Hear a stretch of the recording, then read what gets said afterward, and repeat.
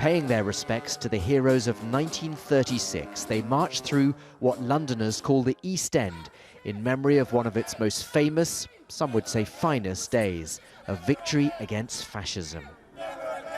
Passing the Tower of London, 5,000 fascists rally to their mobilization for the much-advertised march through the East End. And Sir Oswald Mosley, black shirt leader, arrives at Royal Mint Street to inspect his followers. The black shirts, sympathetic to Adolf Hitler in Germany, tried to march through these then predominantly Jewish streets. But an unexpected alliance of Jews, Irish dockworkers, communists and trade unions blocked the route, and eventually the police cancelled the march. It's part of London folklore, almost out of living memory, but not quite. While the police firmly prevent the battle from taking an uglier turn.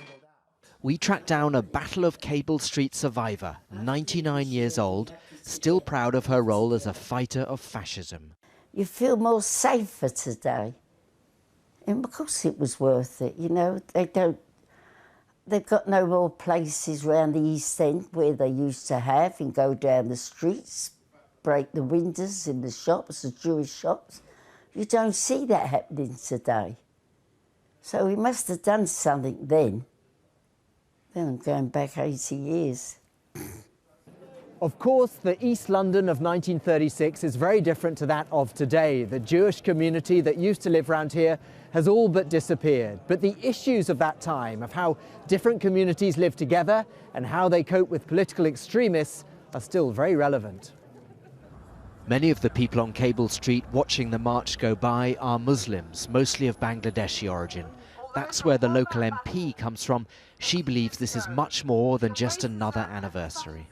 The rise in anti-Semitism as well as Islamophobia is growing across Europe, and we have to be vigilant, and we have to make sure that people do not take for granted the rights and liberties that they have today, because the preachers of hate haven't gone away.